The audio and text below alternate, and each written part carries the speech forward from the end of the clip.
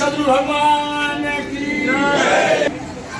गुरु के वचन सुरति करूं, राम चरण मन लाग, रघुपति जस गावत फिरहूं, छन छन नाव अनुराग, छन छन नाव अनुराग।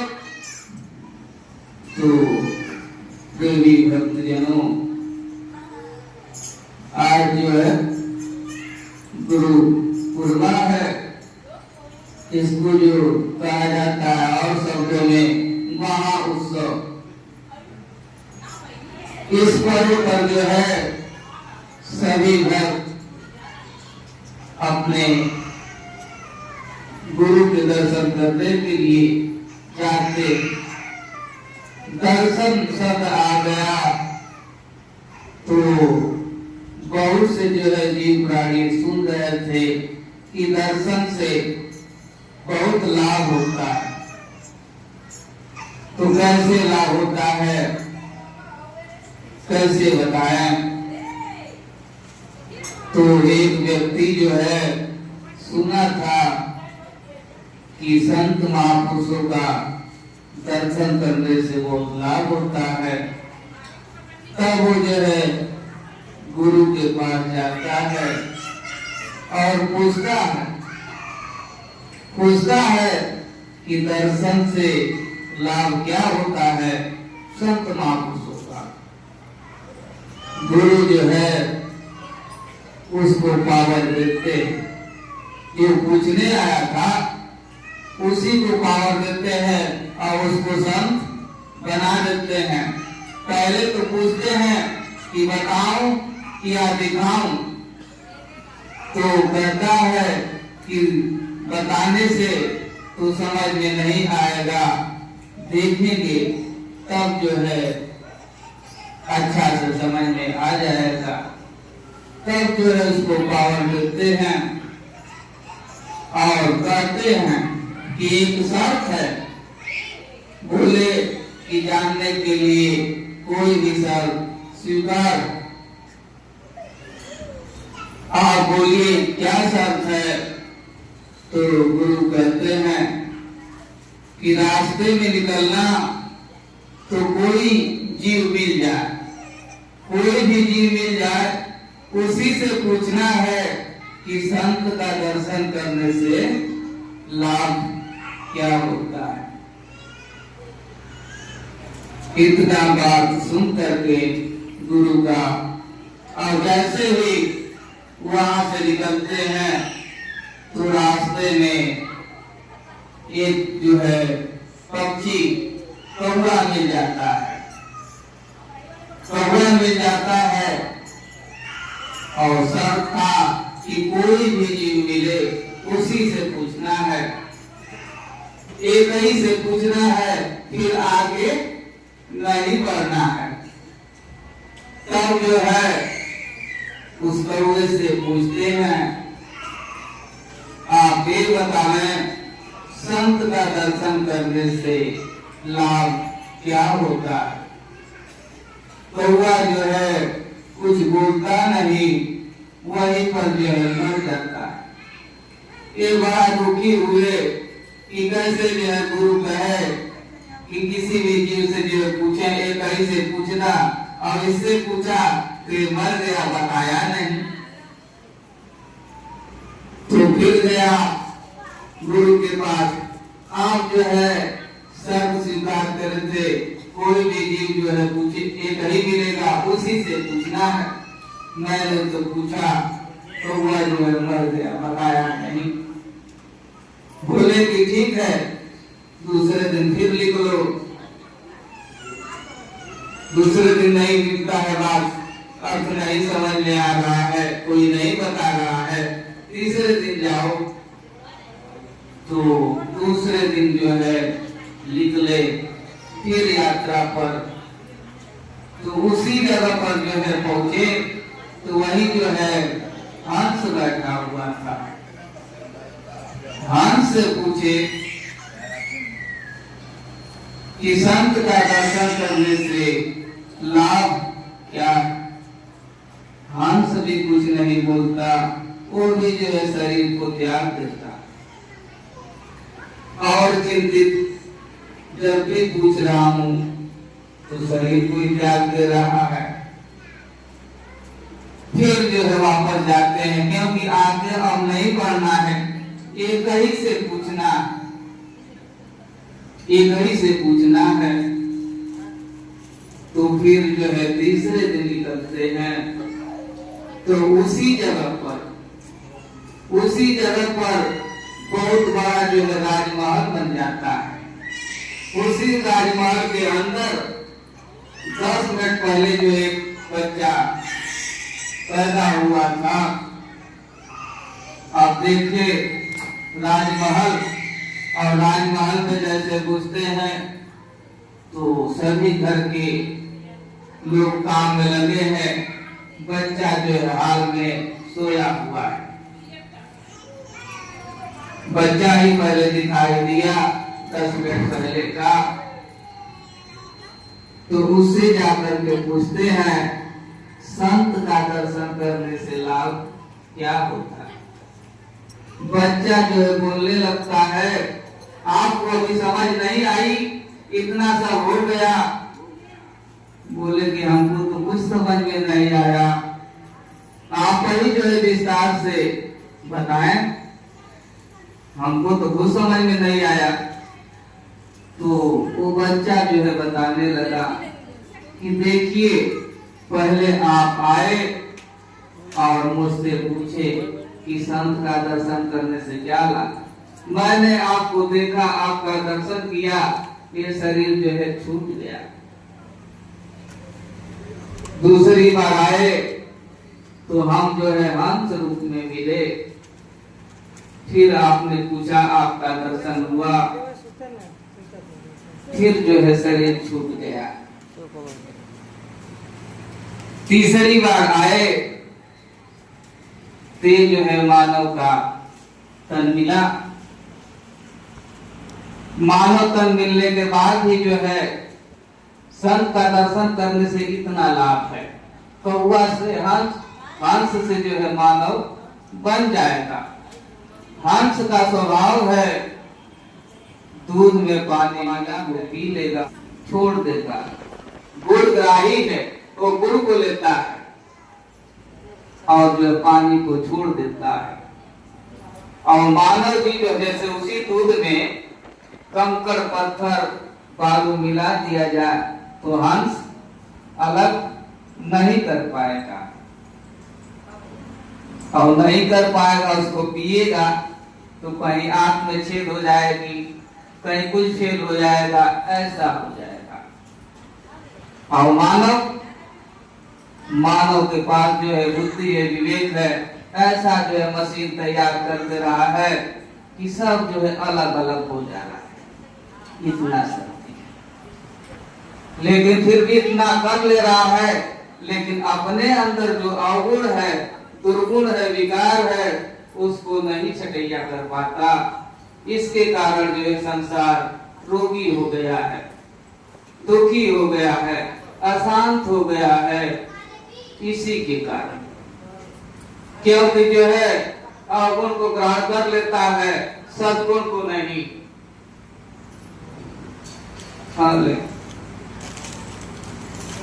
तो हर मानव जीव के अंदर जो है बहुत से बालू कंकड़ पत्थर मिल गया है, तो ऐसे अलग होगा। एक चीज होता तो अलग हो जाता, बहुत से जो है कंकड़ पत्थर हो गया है। काम, क्रोध, मोह, लोभ, अहंकार, राग, द्वेष, आशा, तृष्णा, कलह, कल्पना, तेरा, मेरा, ये सब जो है कंकड़ पत्थर मिल गए। तो कैसे जो है जीव सुखी होगा? जब तक इसका छटैया नहीं होगा, इसको अलग नहीं करेंगे, तब तक जो है बात बनेगी नहीं। इसलिए हमको सद्गुण और लेना है तो हम अवगुण को और भर लेते हैं अपने अंदर। इतना भरते जाते हैं, इतना भरते जाते हैं कि स्वयं का जो है दुश्मन बन जाते हैं और कहते हैं मर जाते। आत्महत्या कर लेते, ऐसा भाव आ जाता है। तो इसलिए जो है दरस परस मुख मंजन पाना, हर ही पाप कहे वेद पुराना। तो दरस परस से जो है दुख दूर होता है, शांति मिलता है। जब संत महापुरुषों के मुख से अमृत की वर्षा होती है और जीव जब पीता है तो तृप्त हो जाता है, सारे अवगुण दूर हो जाते हैं। इसलिए सुरत करूं तो गुरु का जो है वचन को जो है सुरत करना है, निरत करना है, देखना है, उनके वचन पर विश्वास करना है। अब सूरत की बात आ गई तो सूरत सबका जो है सूरत चेहरा लगा हुआ है। तो सूरत क्या होता है? जैसे यहाँ सभी लोग बैठे हैं, हमने जो है देख लिया सबका चेहरा, सबका चेहरा देख लिया।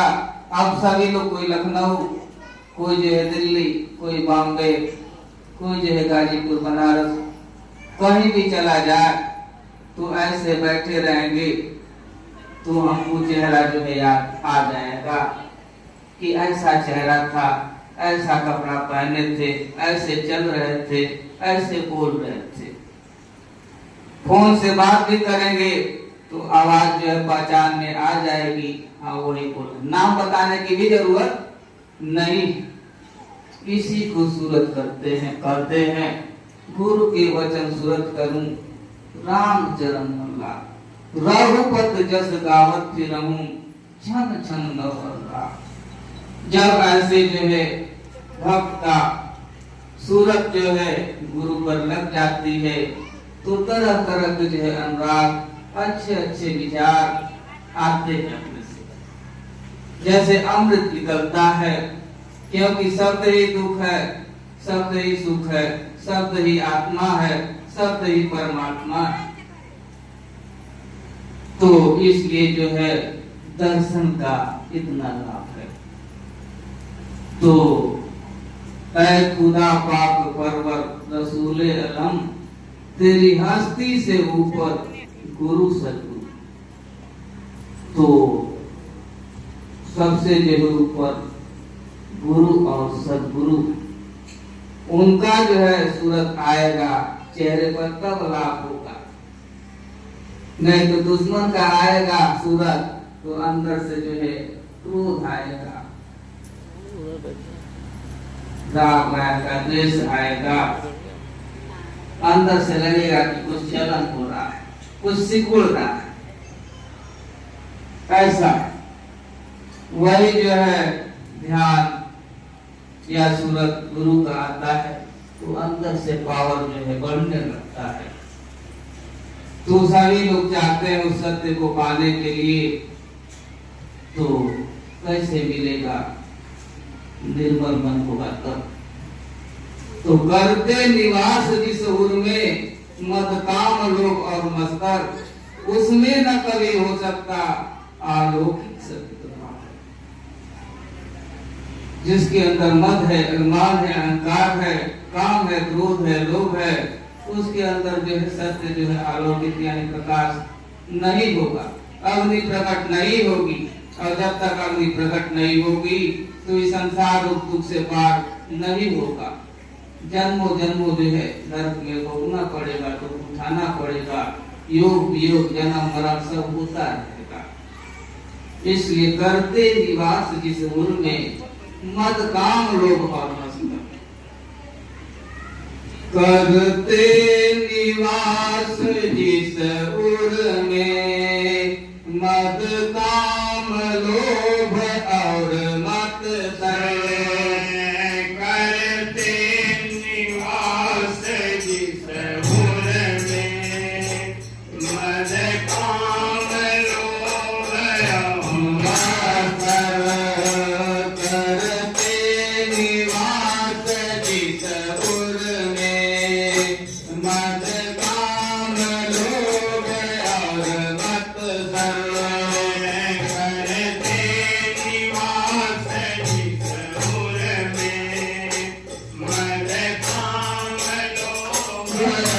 मत कर समय न कभी हो सकता अलौकिक सत्य प्रभाकर उसमें न कभी हो सकता अलौकिक सत्य प्रभाकर समय न कभी हो सकता अलौकिक सत्य प्रभाकर उसमें न कभी हो सकता अलौकिक सत्य प्रभाकर करते निवास जित उर में नद काम लोभ और मत करे करते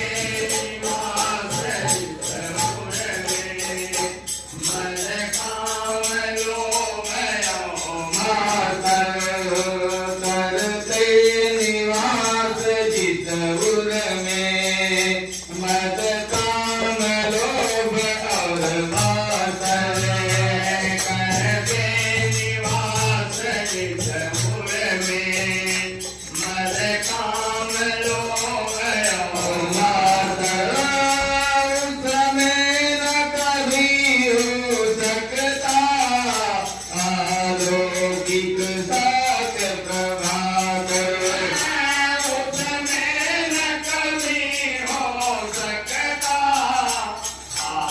अलौकिक सत्य प्रभाकर समय न कभी हो सकता अलौकिक सत्य प्रभाकर उसमें न कभी हो सकता अलौकिक सत्य प्रभाकर भारत कामिनी में जो देखा करता था मुख बंदे भारत कामिनी में जो देखा करता मुख भारत कामिनी में जो देखा करता था मुख बंदे भारत कामिनी में जो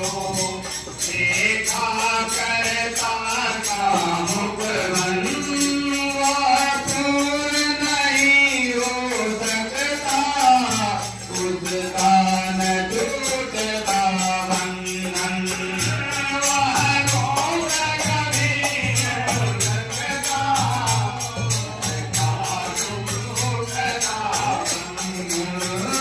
वासुर नहीं हो सकता उसका न टूटता बंधन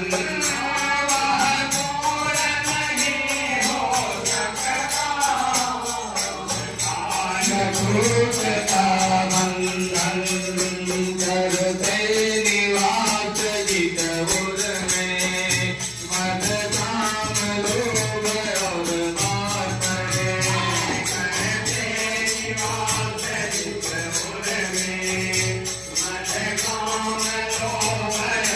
मातर समय न कभी हो सकता अलौकिक सत्य प्रभाकर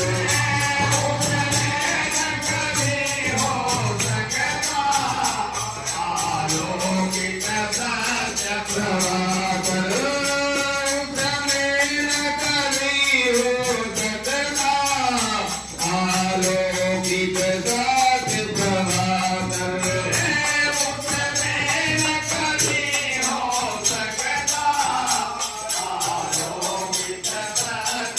प्रभाकर